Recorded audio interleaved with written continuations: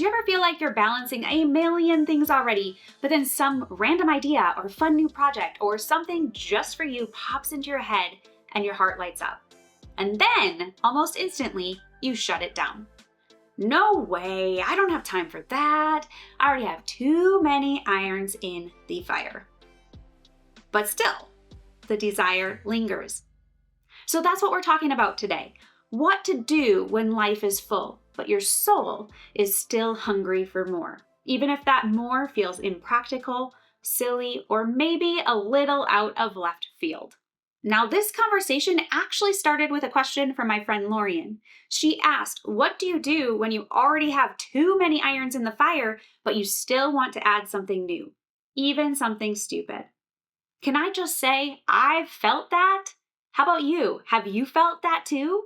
Maybe you're feeling that right now. Maybe you have this idea that's been lingering and you just don't know what to do with it. Now, inside the Red Hot Accountability Club, my group coaching and community program, we choose a book to read together every quarter. Sometimes it's personal development, business strategy, spiritual growth, or sometimes goal related. But quarter 2 was a book called The Power of Starting Something Stupid by Richie Norton, and it is so good. It centers around the idea that every brilliant business or success started as a stupid idea. An idea that seemed impossible or silly, or others said wouldn't work. You know those ideas I'm talking about. I mean, Jeff Bezos had a stupid idea and it turned into Amazon. Walt Disney had a stupid idea that turned into Disney World. Thomas Edison had a stupid idea that turned into the light bulb. Get the picture? So, let's unpack this together and find a better way. And we need to start with a little self-honesty. If something keeps tugging at your heart, even if it feels impractical, or like it's not the right time, right? Quote unquote, not the right time, pause before you write it off. Now, I remember back to when my boys were little. I felt this nudge to start a blog. And actually, I had tried to start a blog a long time ago when I was in college. It was like a MySpace type one. Or if you remember Zanga, anyone old enough to remember Zanga out there? At that time, it felt so silly. I had 0 time, 0 audience, and 0 clue what I was doing. But that idea kept circling back. You know what I did? I journaled about it. Looking back, that silly little idea became the seed for my business today. So here's the step I want you to take. Ask yourself, what's the deeper why behind this new idea? Is it about expression, joy, legacy, relief from the monotony of life? God often speaks through our longings because if we're in tune with Him, He's going to put new desires in our heart.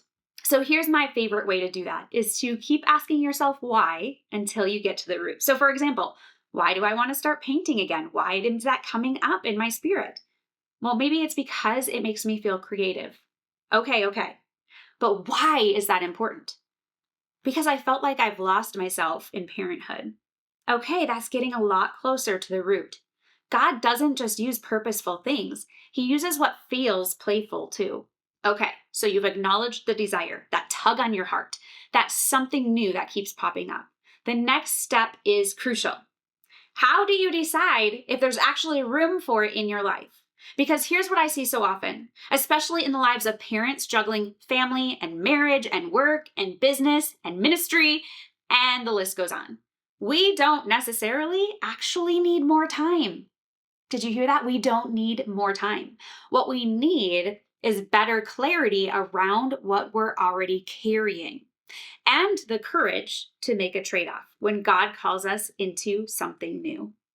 So what I want to do today is walk you through a simple but powerful framework that I actually use with my coaching clients and in my own life.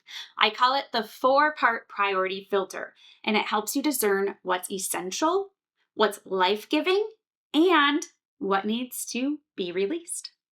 I also created a worksheet to go along with this, so you can just make a copy of it and work through it with me. I'll leave the link in the description below. It doesn't need an email or anything like that. It's just a simple worksheet. You can grab a journal instead if you would like to, but I want you to do this with me. This 4-part priority filter is important, and it will help you see how to make time for that silly idea. The first filter I want you to think about is your must-dos. This is your God-given non-negotiables. They're your core responsibilities, things that are yours to steward and you can't or shouldn't hand off. Now think about these things like parenting and nurturing your children. Only you can do that. Supporting your spouse. Only you can do that. Running your business if you're the only employee. Work tasks you're solely responsible for. Ministry roles you've committed to with prayerful intention. These are all non-negotiables. These are things you must do. Think about those and write them down in the must-do column. Just because something is hard doesn't mean it's not yours to carry. Some of your must-dos will be tough, but they're still yours because God entrusted them to you. So ask yourself, what has God clearly called me to in this season that I alone must steward? All right, you have the must-do filter. Now the second filter is the want to do, or the life-giving yeses. These are things that may not be required, but they fill your soul. They energize you. They remind you that you are a whole person, not just a list of responsibilities. It might be morning walks or solo coffee dates or running or writing or creating content, reading fiction just for fun, hosting a girls' night or a guys' night, building that passion project that lights you up. Now for me, it's running and alone time and reading cozy mystery novels and puzzling and going on long hikes. These are things that are essential for emotional and spiritual health, even if they don't produce anything tangible. And often when we neglect them, burnout follows close behind. So what I want you to ask yourself is, what gives me joy? What restores my energy instead of draining it? That is filter number 2. So we talked about the must-dos and the want-to-dos, and the third filter is the should-dos. Now these are the guilty maybes, and this is a tricky one. These are the things that you feel like you should do, but if you're honest, they might be based more on guilt, expectation, or the fear of letting someone down. Want some examples? Volunteering for everything at church or school because no one else will. Staying on a committee long after it stopped aligning with your calling. Running every errand yourself instead of delegating. Overextending in your business out of fear of missing an opportunity. FOMO is real. Not hiring in your business because you feel like you have to do it all. Now I was like this. I had so many roles and it was hard to let go or to say no. I was definitely a yes woman and I just liked control. I liked being behind the scenes, but it burnt me out. They were things that I felt like I had to do, even though they weren't things I really did have to do. Friend, this is your check your motives zone. So what I want you to ask yourself is, am I doing this because I'm called or because I'm afraid to say no? Now, as you make this list, I want you to go through each thing that's on this list and ask yourself, if I let this go, what do I fear will happen? And is that fear rooted in truth or pressure? This is an important column to think about.